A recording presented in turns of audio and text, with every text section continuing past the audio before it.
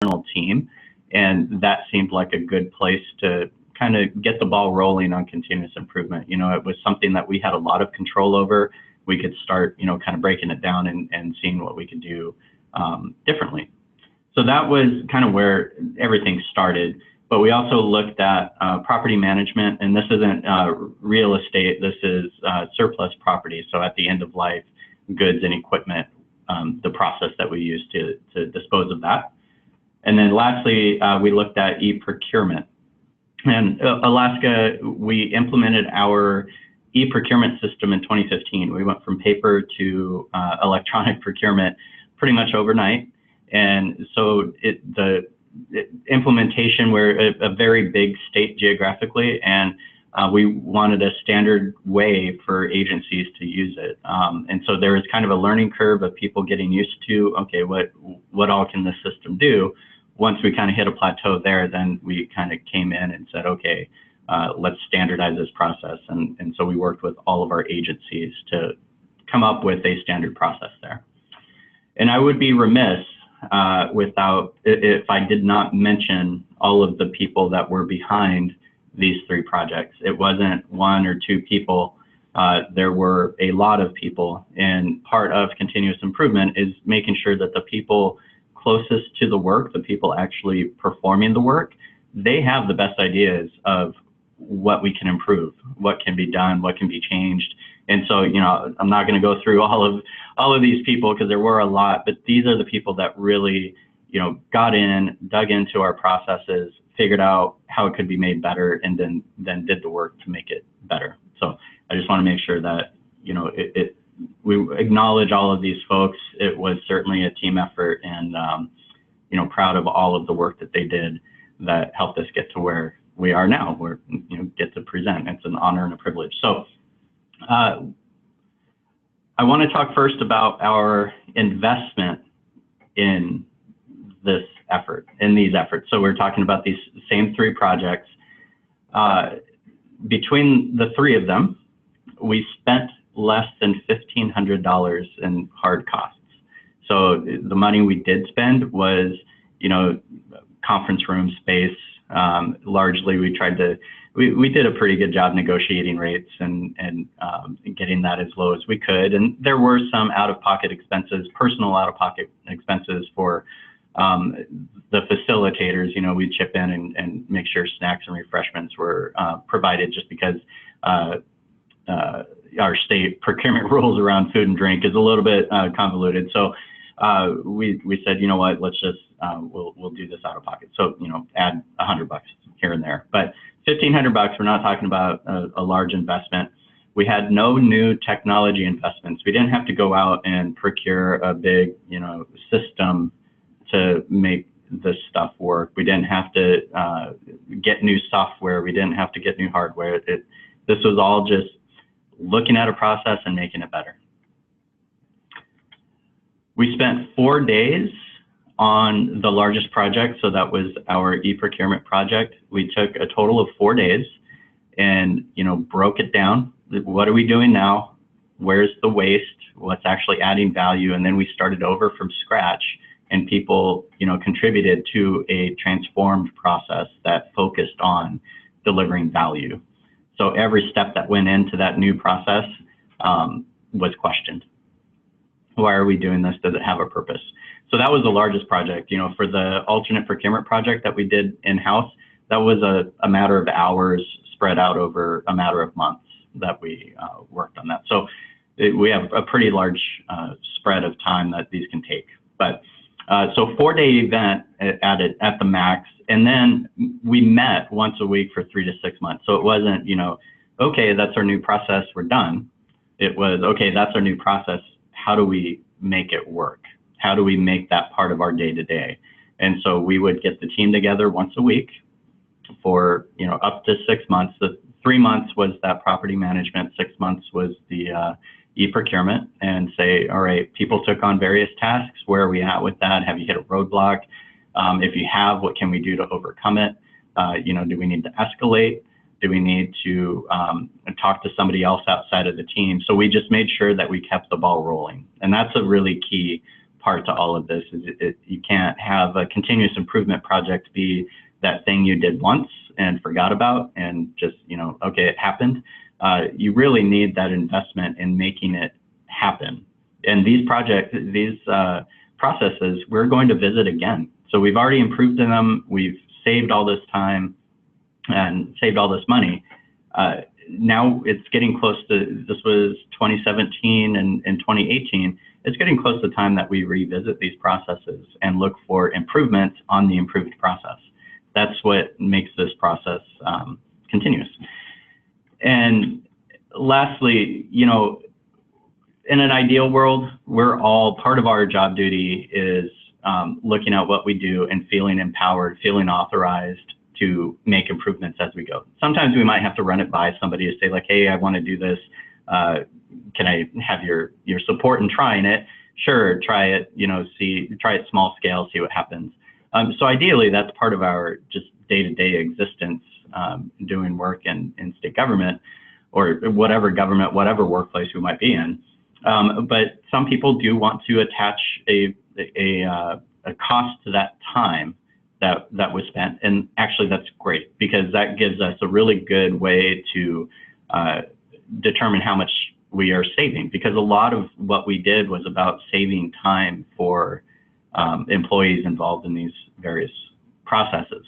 So we, calculated it out, the number of hours that, up to 17 people spent in a room, and then over the next 3 to 6 months came out to less than $100,000. And that's a fully loaded cost. So think of that as we talk about what our return on this was. So less than $1,500 actually spent on stuff, up to 6 months of time, worth less than $100,000. And that's Alaska pricing. So we pay, up to like $10 for a gallon of milk in some parts of our state. So, keep that in mind as well. So now talking about what our return on that was. When you calculate out, when we looked at all of these processes and we looked at what we were doing before and created a benchmark, what our new process was or is currently, and what the time difference is in there, all of the math is in our submission. But when you total that up, 118,000 employee hours saved per year. So that's not a one-time, time savings. That's every year. We do these processes every year, 118,000 hours. So that sounds like a lot. To put it in perspective, that's 4,925 days of time every single year that has been given back to employees. 700 weeks, 160 months, or 13.5 years. Over a decade of time was saved across these three processes every year. It's crazy, right? So that is time that can now be spent. So that's spread across, all of the employees that touch this process, across every single iteration. But that's time that those employees can now spend on other things. And a really important piece of continuous improvement, lean, any of this, these methodologies is we're not doing this to try to get rid of people. And that's a really important thing. People will sometimes, approach these continuous improvement efforts or initiatives thinking that, well, it's about, eliminating positions or something like that. It's really about letting people do the job they were meant to do. So if you think about, if we can take out all of that wasteful activity that goes on that we don't even think about, we just do it because that's how it's always been done. If we can take that out and give time back to people that they can, actually do their work, the job that they signed on to do, they're going to be happier. And, we're all going to be happier. I know, these processes all involve me at some point in my role.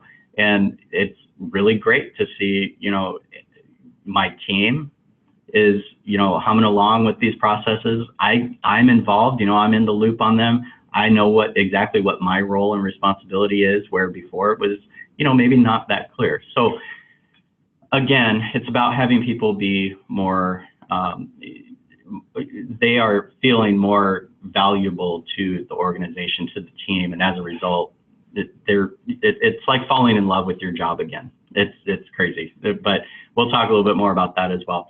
In terms of, we talked about employee time, or those soft costs associated with time.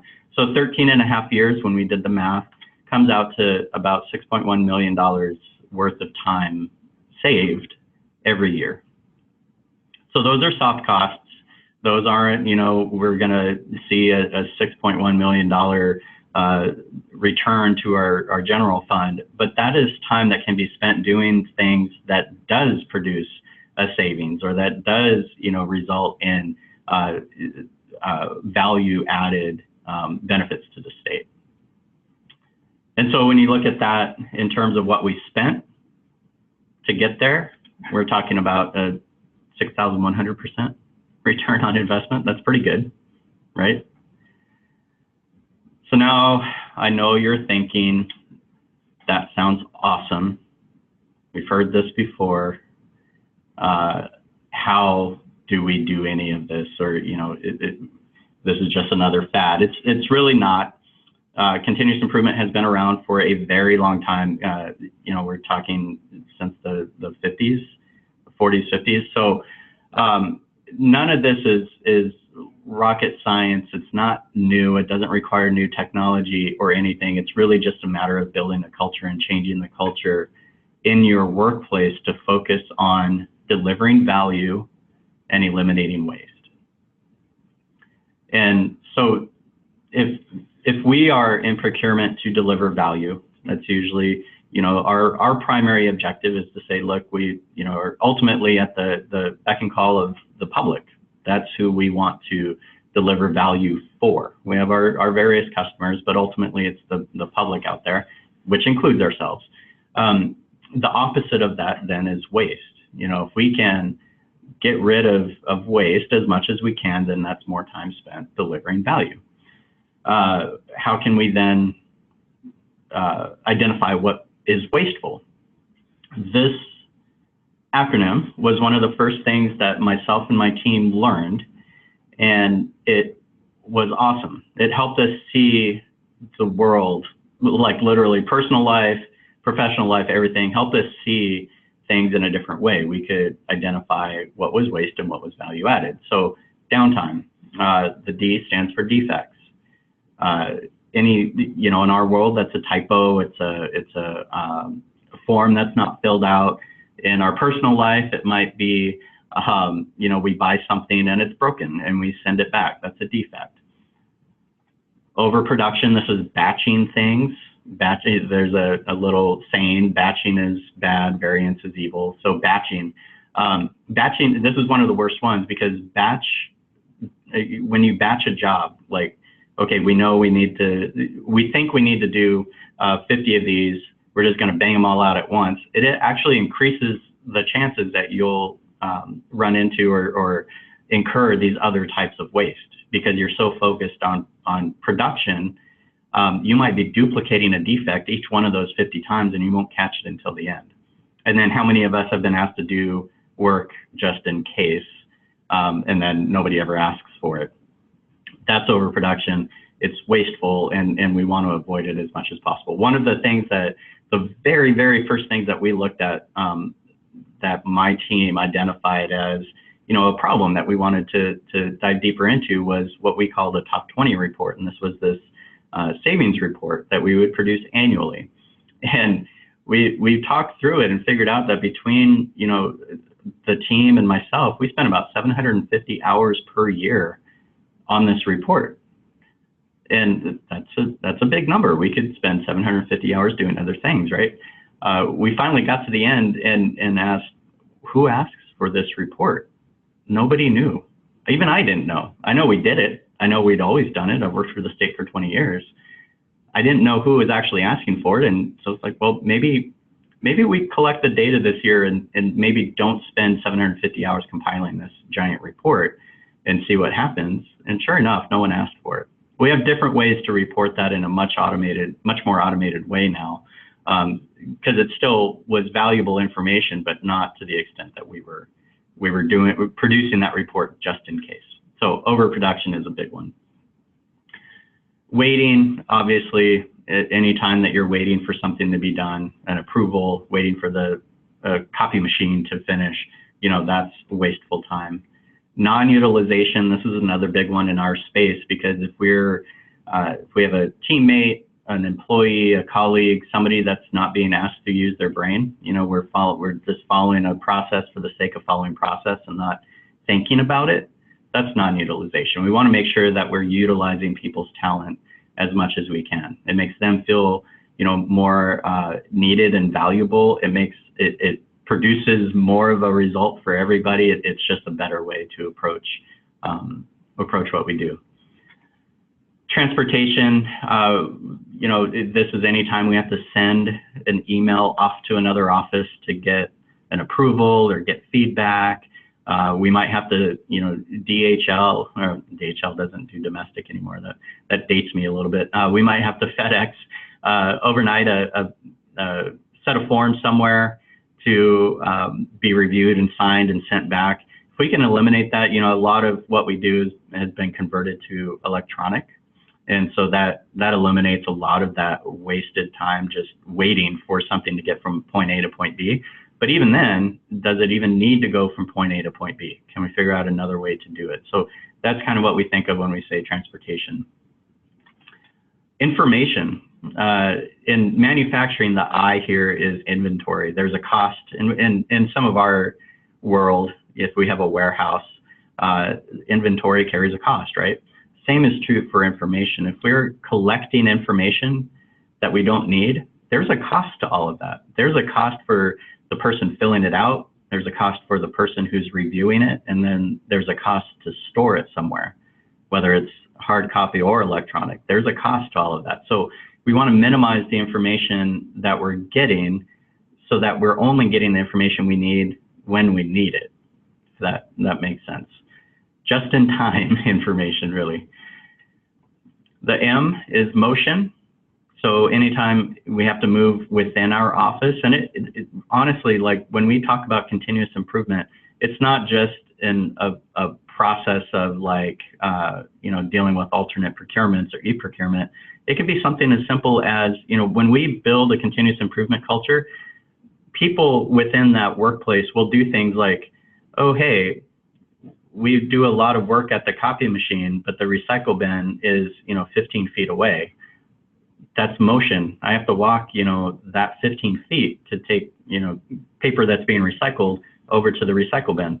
Why don't we move the recycle bin closer to the copy machine? It's simple, but it's effective. I mean, each one of those things has a value to it. If we minimize that motion, we've saved that person time, and we can refocus on delivering value.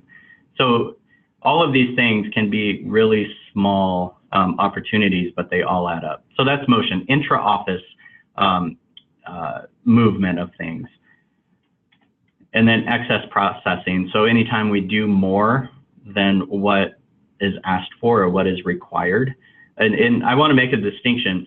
Sometimes going above and beyond is great. We're actually delivering extra value for our customer above and beyond what they expected, and that's fantastic. Like, that is a goal that we should focus on. If we're looking at customer service, we want to make sure that we're going that extra step when we can. Excess processing is maybe something that makes us feel good, but the customer is never going to notice it. In our personal life, it might be something that we wouldn't pay extra for. We're like, oh, that's great, I guess, but I'm not going to give you more money for it. So think of it in that way. Excess processing, just doing more than is required to get the job done and doesn't add any value to that end product. Okay, so that's downtime. When this was shared with myself and my team, it really was like this aha moment of, wow, now we walk anywhere and you can see, oh, there's a defect. Oh, they're batching, stuff over there. Why are we doing that? Are we going to really use all of that? Why are we waiting for this? Do we need to get this approval? So you start seeing things in a different way. And I really like, you can break this down. We're talking about some pretty complicated processes, but you can simplify it. So think about you, if you drink coffee or, replace coffee with tea or another beverage, think about yourself as a customer ordering a cup of coffee. Value is what you are willing to pay for. It's the things and the actions that the barista does that transforms these raw ingredients into coffee, into hot coffee or iced coffee, whatever. So things like grinding the beans and heating water to the right temperature, pouring it into a cup, using the right filters, like all of that is transforming something from a raw ingredient or a raw piece of whatever into this final cup of coffee. And that's what you're paying for. Waste is at best what you wouldn't be willing to pay for. Like, you don't care that it's happening. And at worst, it's what would make you ask for a refund. So is the coffee too hot or too cold? That's a defect. You would probably send it back, right? If you're waiting too long, you may leave because it's so much waste that it builds up. And those are the obvious kinds. There might be stuff behind it that is going on and you just don't see it, and it contributes to a defect or that waiting. So some of the waste is obvious. Some might not be so obvious. If they're a disorganized coffee shop, that might contribute to the waiting. They're not using their equipment or their team to the full capacity, that kind of stuff. So it's really helpful to think about it in that respect. You can simplify the things we do into, these really obvious things. I will tell you on this next slide, these are things that we've actually seen as we've gone through and we say, all right, let's identify waste in a process. Let's break it down and see how it looks. We see things like people double checking other people's work. It might, be that somebody at some point made a mistake. And so, new process. We're going to have employee A double check employee B's math because, one time a mistake was made. This is the process forevermore. Okay. Multiple approval levels. So, on our property management process, we saw up to 7 approvals to get rid of pretty minimally valued equipment. 7 approval levels. So pretty crazy. Multiple approvals. Disorganization, somebody needing to go to this office for some of this information, maybe needs to go back again at some point later in the process, needs to go to another teammate for more information, so kind of not an organized process, a lot of just disconnected seeking of information and bringing that together into a final product. Batching, of course, hey, we know based on last year's numbers that we're going to do 50 of these things, so we're going to make 50 of them now and hand them out as needed.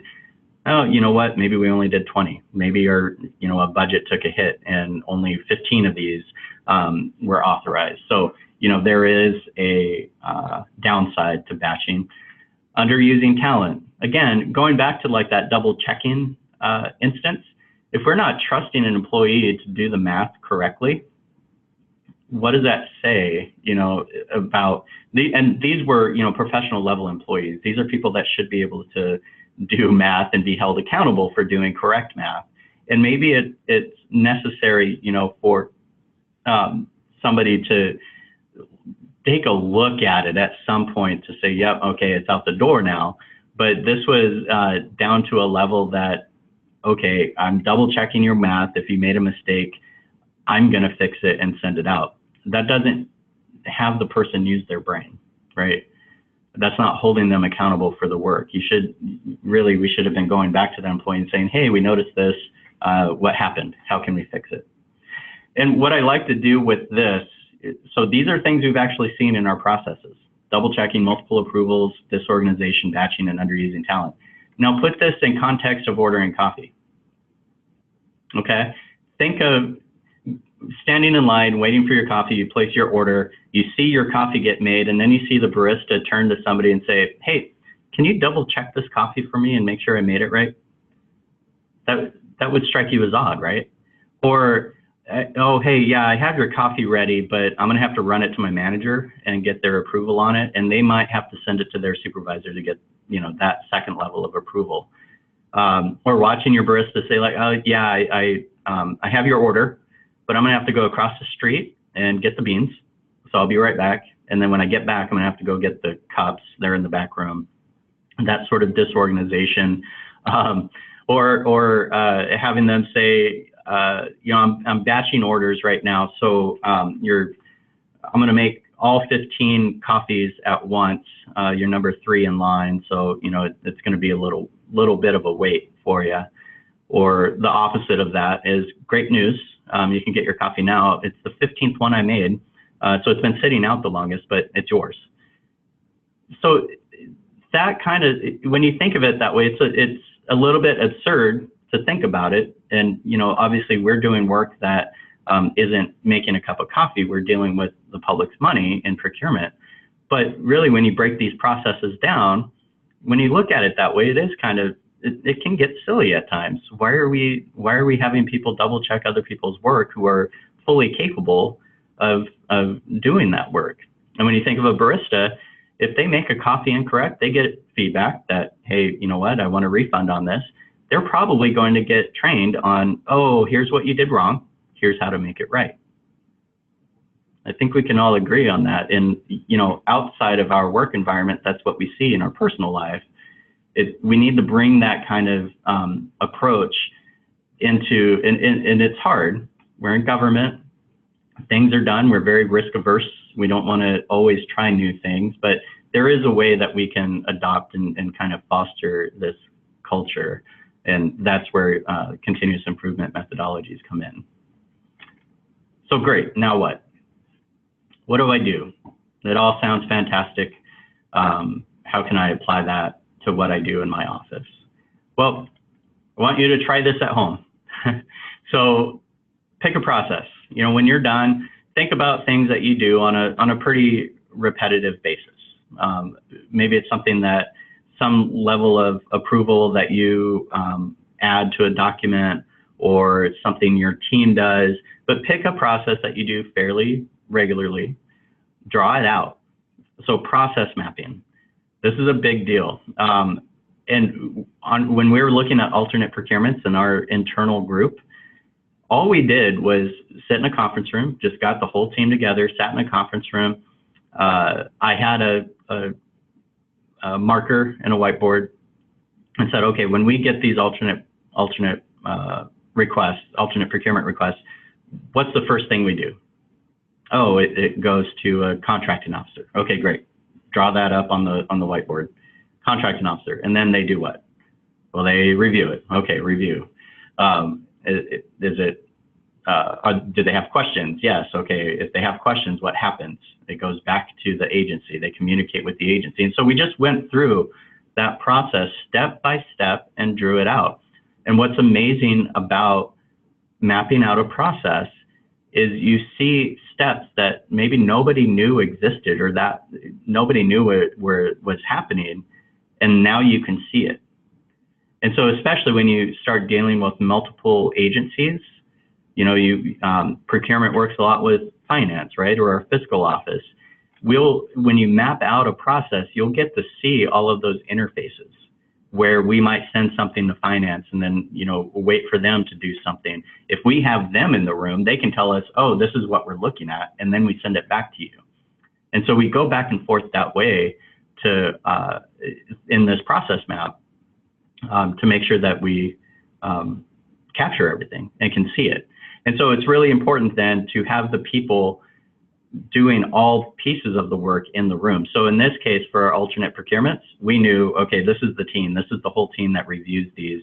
What do we do? When we looked at things like e-procurement that involve finance, we had people from agency finance offices on that team. And they could tell us, okay, well, if you're going to do that, this is how it affects us on the finance side.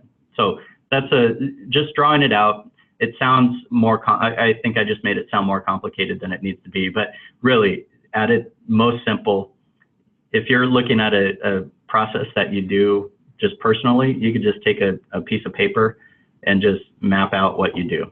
The whole goal is to make the invisible visible so that you can address it. Once you have that process mapped out, now you can go back, use that downtime acronym, and identify the waste. Where do you see motion being added? Where do you see defects most frequently, and how can we address those?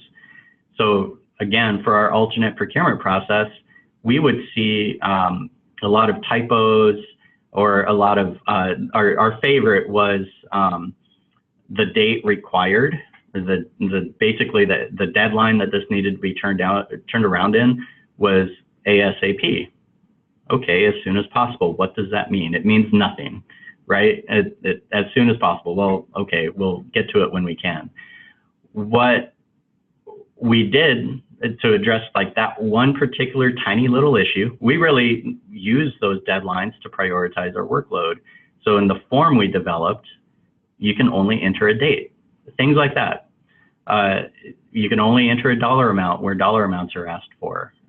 You know, we have drop-down boxes for agencies, so it makes it as easy as possible on the user, and it makes it as easy as possible for us when we get these forms. So identifying the waste, where can mistakes be made? How can we, you know, make the transfer of the information faster? And how can we push these approval levels and the responsibility to the levels that really are doing the work and hold those positions responsible for that work?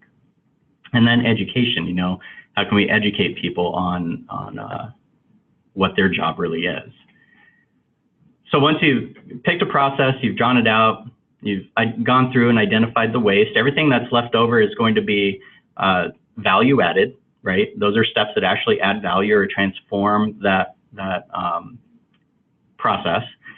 Or this is a fun one, non-value added but necessary. So in our world, in public procurement, we have laws and regulations and policy. Sometimes we can change those. Sometimes we have to live with them. If we can change them, we should see if we can get leadership on board with doing that, if it would make the process more efficient. If we can't do that, sometimes it's just not feasible. It's waste, but it's necessary. So, you know, we might have to keep that in our new process. But start with a blank slate. We call it a clean sheet redesign. Just start over and say, okay, in a perfect world, how does this process start?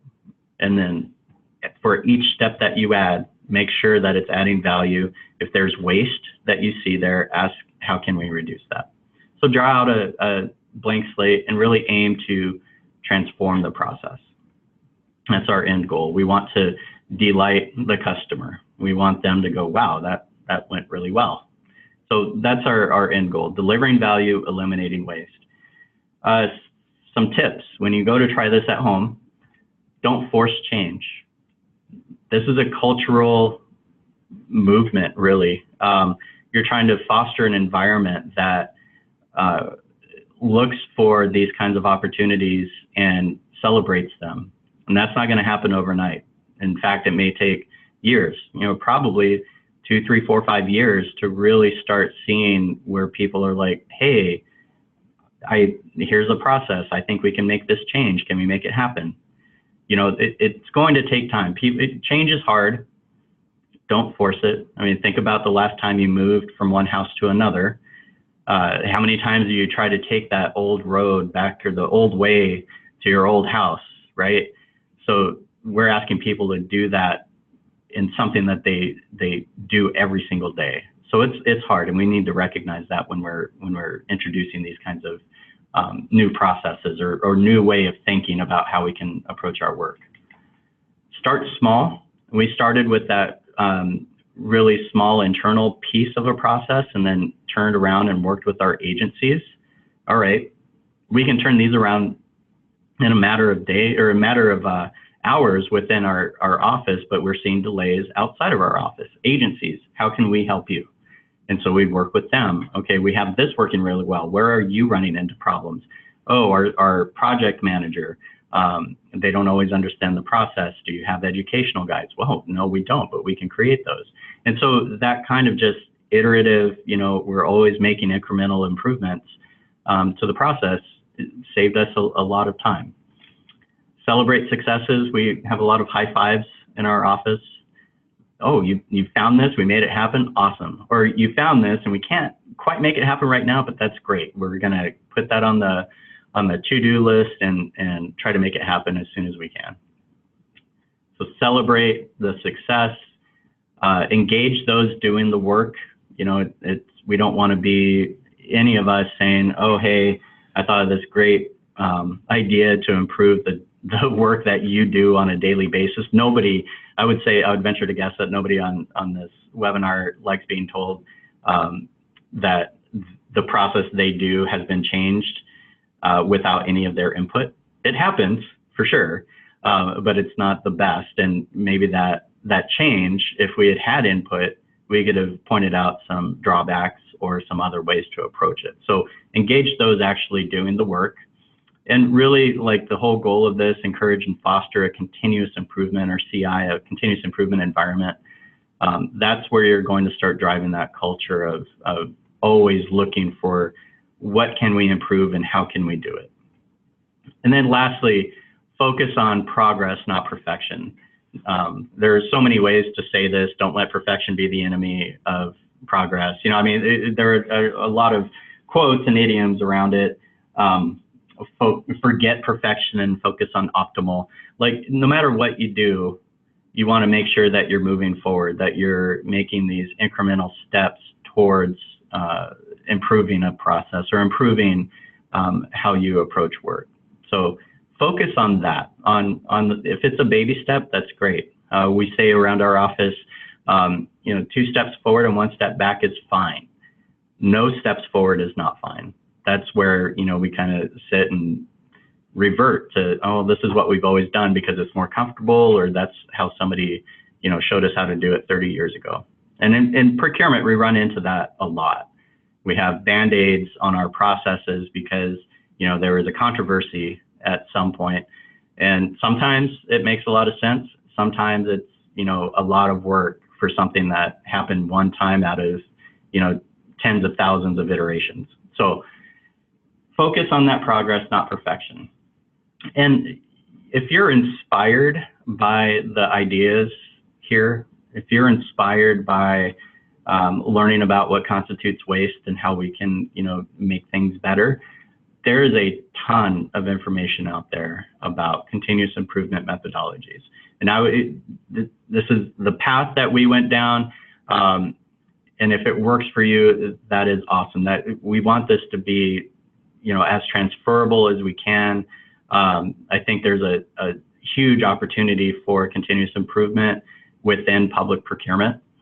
And, myself and a couple of colleagues dove into continuous improvement. We took courses, we ran these Kaizen events, we put together a portfolio, we sought our certification in Six Sigma. When you hear Lean Six Sigma or Kaizen, it sounds intimidating. They're just tool sets. When you look at them, it's, things like brainstorming and, diagramming the ideas that you came up with. It's none of it is super complicated. It's just a matter of researching how to do it, trying it out. It won't be perfect at first, and that's great. It may never be perfect. You shouldn't, go down that road, but you want to try it. You want to, put that effort out there, put your toe in the water and see how it is. But this, what you're seeing on the screen, a Google search on continuous improvement methodologies, you can see 235 million results. You can dive in, you can go on rabbit trails on any of those. There's a ton of videos on YouTube that walk through kind of at a high level what Lean and Six Sigma and Kaizen is. There's all sorts of materials here. The state may have a Lean office or a team that is actively pursuing Lean. You can wait for them to come to you, or within procurement, you can, start looking at your processes and say, hey, what's in our power and what would have a big impact on the work we do. So really, at the end of the day, what we have found and what I think you would find is as you start on this journey of continuous improvement and you start working on building this culture, you start talking with your employees, your team, your colleagues, your peers about, hey, here's, I think a way to do something better that would be more efficient, save some time, can we try it? You start doing that and you start focusing more on delivering value. It's a good feeling. You'll be happier, your team will be happier, your peers will be happier, and ultimately, the end result is that our customers, or the public, and everybody that we deal with will be, happier with the production, the job that we're doing for them. So that's what I encourage you to take a look. I encourage you to start with a small project, and that's my challenge to you, is to go and make at least one improvement to some process that you do on a daily basis and just see how it works. Yeah, that's what I wanted to share with you today, is that, it's not impossible to recreate what we've been doing here, and it's actually quite simple, and I would encourage you to do so. So that's my presentation, and I'll turn it back over to Stephanie. I think we had some questions come in, and this is our Q&A period. Yes, thank you so much, Jason. I have a few questions for you. Let's start with this first one. What was the hardest hurdle to overcome when redesigning your e-procurement system, and how did your office address it? Wow. Well, so we had our system in place. It was a matter, and we have 15 different executive branch agencies all using it in their own way. So when we mapped out this process, we had a process for health and social services and a different one for natural resources. So the hardest part, I think there were two kind of difficult parts. Was one, getting everybody to agree on one process. And the way, when we run a Kaizen event, which is how we kind of got this team together and put this process together, everybody has a voice, and it's a safe space to say, I think this is what we should do. Well, if you do that, then this is the impact to us. And, you have facilitators that kind of walk through the various viewpoints and hopefully come to an agreement on, okay, this is the step we're going with. Everybody on board with it. Awesome. Next step. And so getting that buy-in is what, got everyone to agree that, yes, this is the standard process we want to aim for. And to get more specific, the most difficult conversation we had was, so this is our first e-procurement system. Basically, there's a way to do a request within the system, or some agencies still have a paper request. Like, I'm an end user and I need I need a pencil. You can either initiate that request in system or out of system. We didn't quite come to agreement on how to address that. And what we ended up with was a compromise, which was some agencies, you have the option to do it out of system and continue doing it paper-based because that's what works for you. And other agencies are doing it in system. The end goal is for everybody to use system.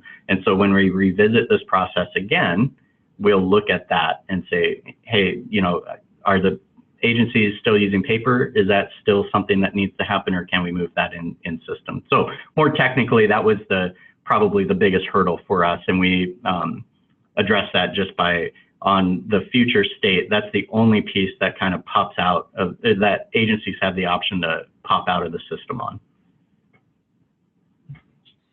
Okay, great. The second question is how important is standardized processes to have in place for review?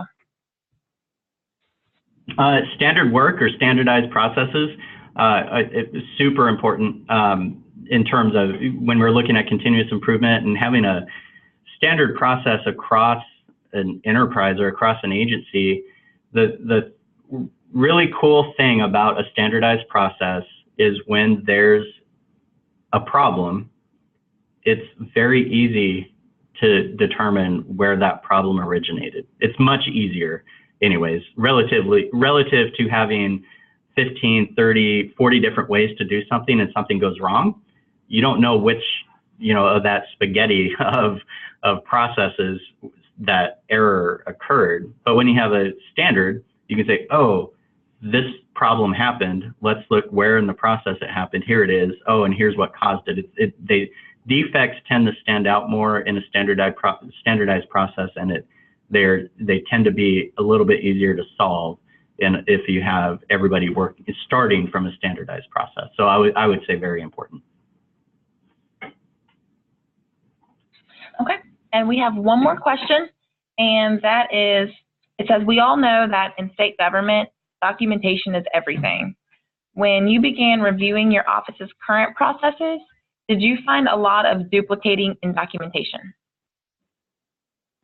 Yes, and that it is true. I mean, it's beaten into our heads that, document, but when you get to a point, and I'll share on our alternate procurement process, one of the things that when we drew it out on a whiteboard, we would have, so basically what would happen, an agency would submit a request with, a narrative, like a cover page on the front that said, here's what we want to do and why. And one of our contracting officers would read that and then paraphrase it.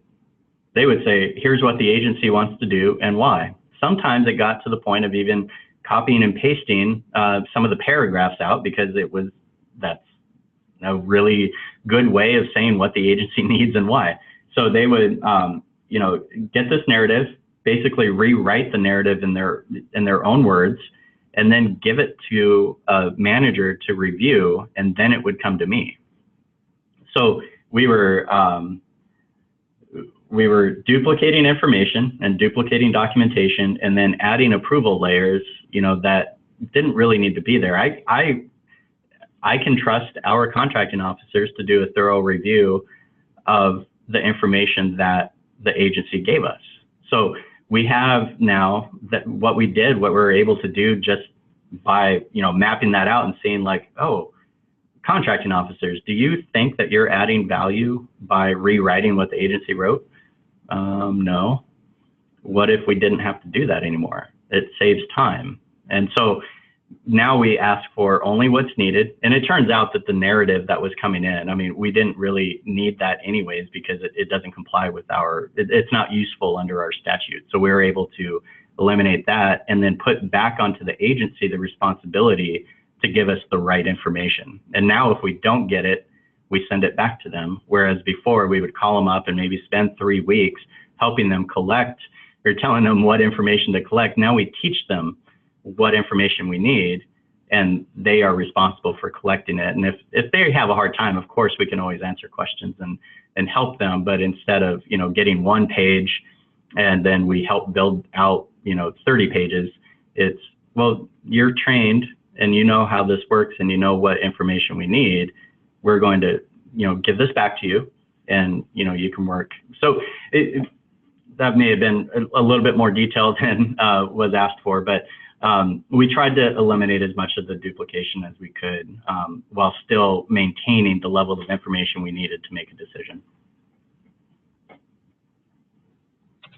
All right, that is all the questions that I have for our presentation today, and this will conclude our Cronin Award webinar. Jason, thank you so much for your time and sharing your knowledge and experience with everyone. And to all of our attendees, I hope you all enjoyed learning more from Jason and his state submission on continuous improvement. And like I said, that is all we have for today. So I hope you all have a great rest of your day. Thank you. Thank you all. Thank you, Stephanie.